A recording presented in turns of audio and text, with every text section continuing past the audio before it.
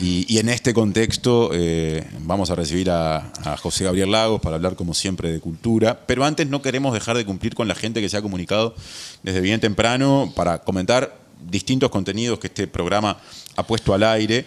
Por ejemplo, algunos mensajes hacen referencia a lo que recién abordamos con Emiliano Mandasen de la FENAPES y con Facundo Franco de Educación de la Diaria. ¿Y vos tenés algún mensaje en ese sentido, Rosita? Así es, Carlos nos mandó un mensaje que dice: como abuelo de nietos que concurren al liceo, es muy preocupante la ausencia de docente día tras día, los alumnos pierden continuidad, creo que es un tema de los sindicatos que deben tomar. Llegaron también muchos mensajes cuando pusimos al aire la primera entrevista con Florencia Salgueiro de Empatía Uruguay, muchos que valoran el testimonio, porque Florencia defiende la aprobación del proyecto de ley de eutanasia y se vinculó, como lo explicó acá, a esa causa a partir de una vivencia de su padre que ella naturalmente acompañó. También es una vivencia personal.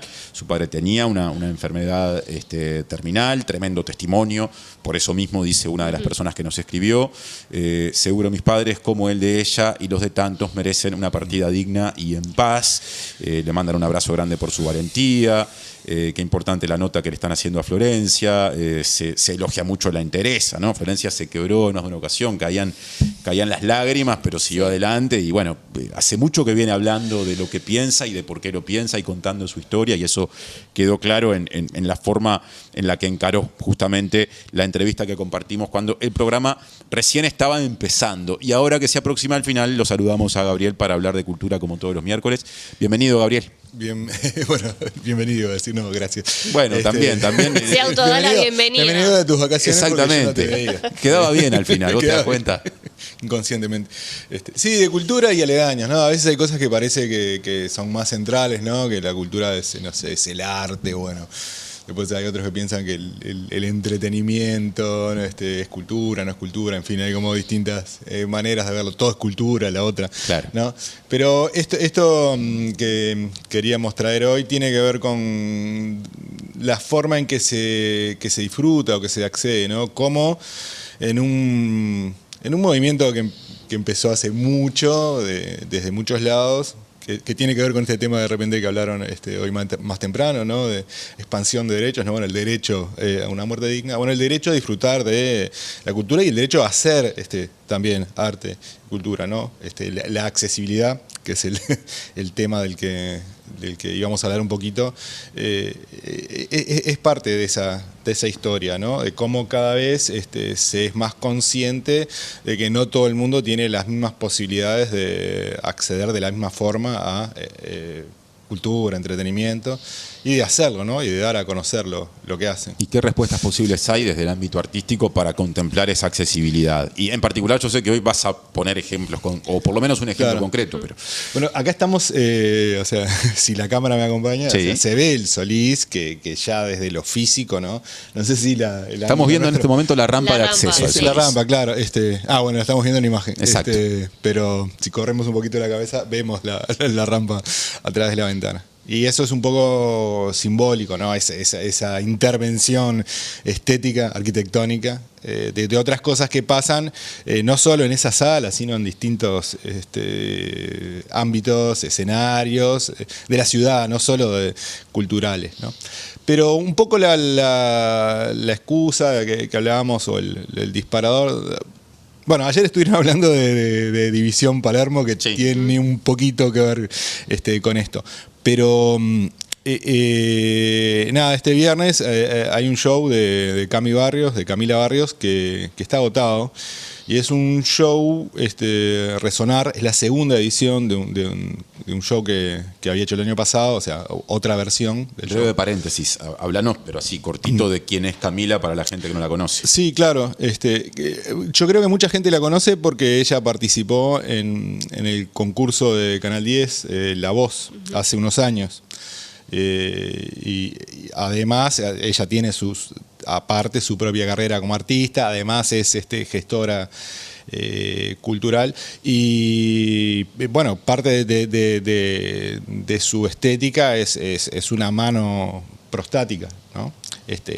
Entonces sus espectáculos, aquel Resonar del año pasado que se hizo en el Sodre, la sala Hugo Balso. Y que se va a hacer ahora acá, en la Zabala Muniz, trabaja un montón de gente y están pensados para personas con distintas discapacidades para que puedan disfrutar. Entonces, el Solís particularmente incorporó el año pasado, una de las cosas que incorporó, pero de las más resonantes fue lo de los chalecos vibratorios, que son unos especies de chalecos, ¿no?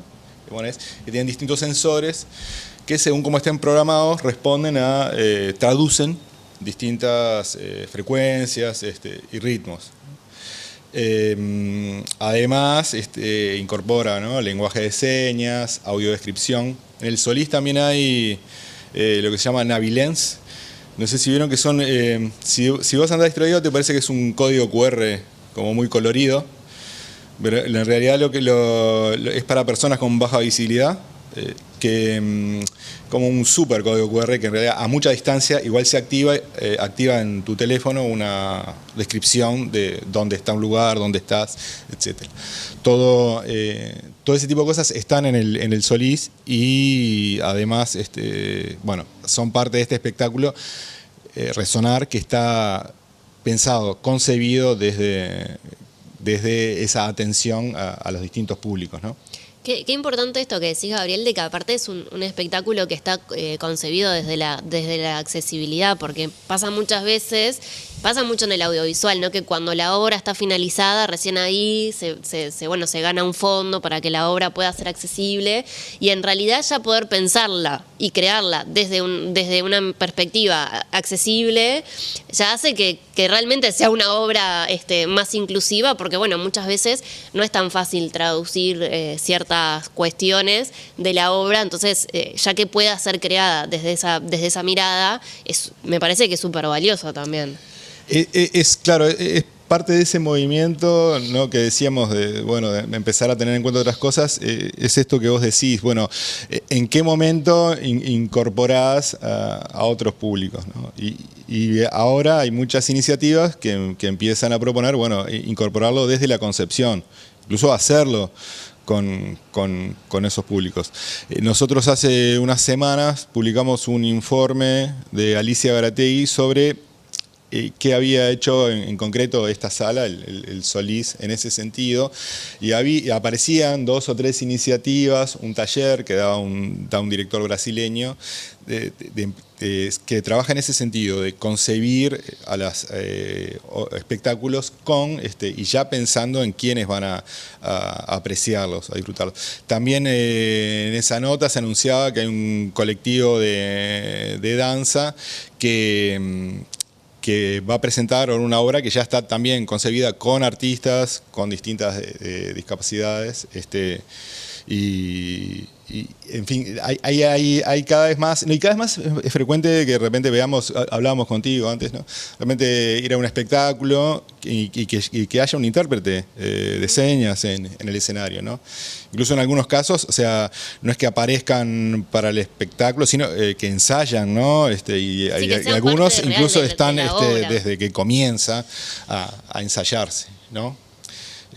Quería buscar el nombre de este espectáculo de danza que se estrena ahora en septiembre, pero se ve que lo aprendí. El colectivo se llama Primor, y el espectáculo es Delicia.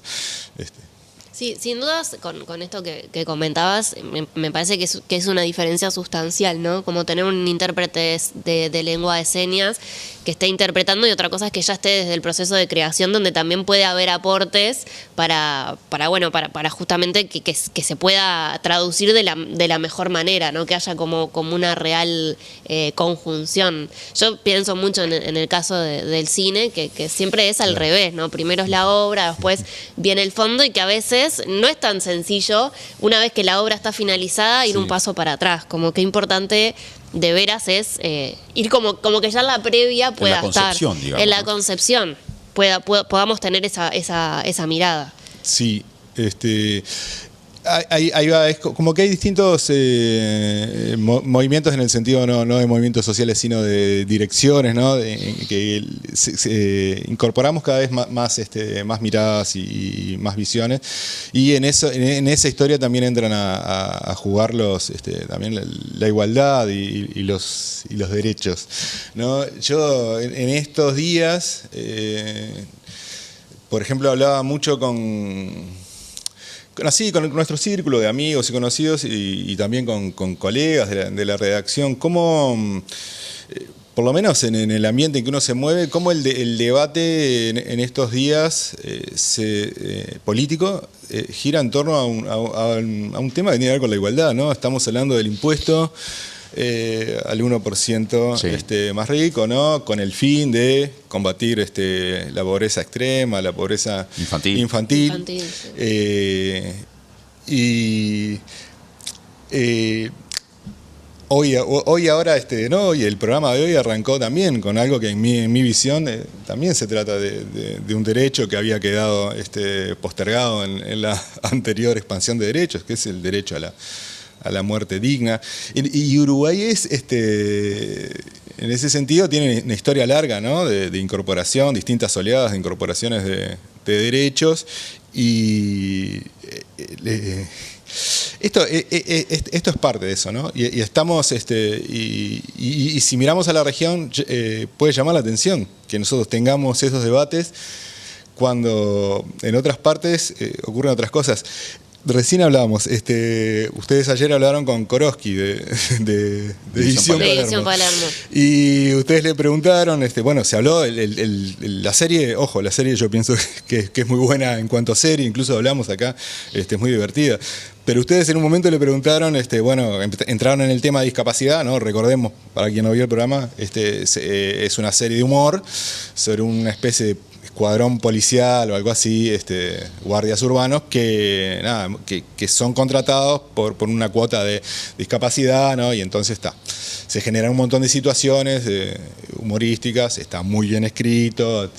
Pero ustedes le preguntaron, bueno, cómo estaba el tema. Él dice, no, ahora es un tema que no tiene, que bajó la visibilidad y todo. Y en ese momento, o un rato después, había tremendas manifestaciones porque en Argentina el Parlamento votó una ley de emergencia en cuanto a discapacidad porque ante la amenaza de que se estaban cortando los fondos para atención de personas, sobre todo de chiquilines, médicos, hospital. Entonces la ley garantizaba la financiación por un par de años y el presidente argentino la vetó. Sí. Eso también estaba pasando, ¿no? Y lo tenía un poco en la cabeza cuando también estaba viendo esto del show de Cambio Barrios y todo.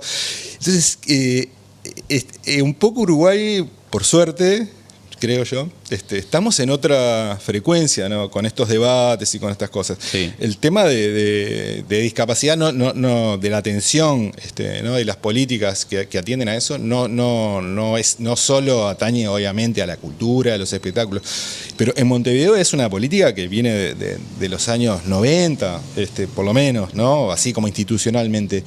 Y bueno, nada, es eso, como Uruguay y sus particularidades, sus excepcionalidades buenas, ¿no? Sí, una cosa que suelto al final, ya casi sobre el cierre, ¿no?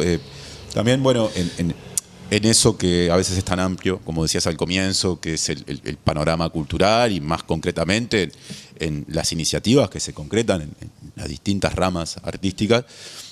Hay iniciativas públicas, de hecho estamos frente a un teatro, ya que hablamos del Solís, que es felizmente público, pero también hay iniciativas privadas, algunas que tienen un tono empresarial, es decir, que persiguen un lucro y que a veces dan ganancia, y otras, como pasa, por ejemplo, con el teatro independiente, por poner un ejemplo, que subsisten con muchas dificultades.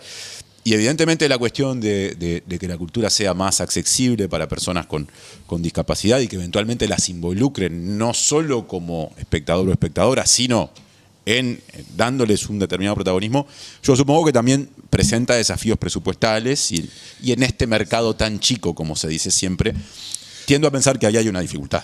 Sin duda.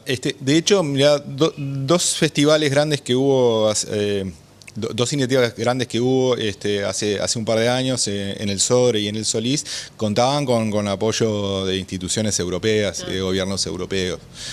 Hay obviamente desde esos lugares un poco más prósperos y que tienen políticas de repente de más antiguas, hay un impulso, ¿no? Pero bueno, son esas cosas de afuera ya que estamos hablando, ¿no?, de cosas de afuera que de repente no son tan lindas, esa sí está bien tomar, ¿no? Dejarse ayudar.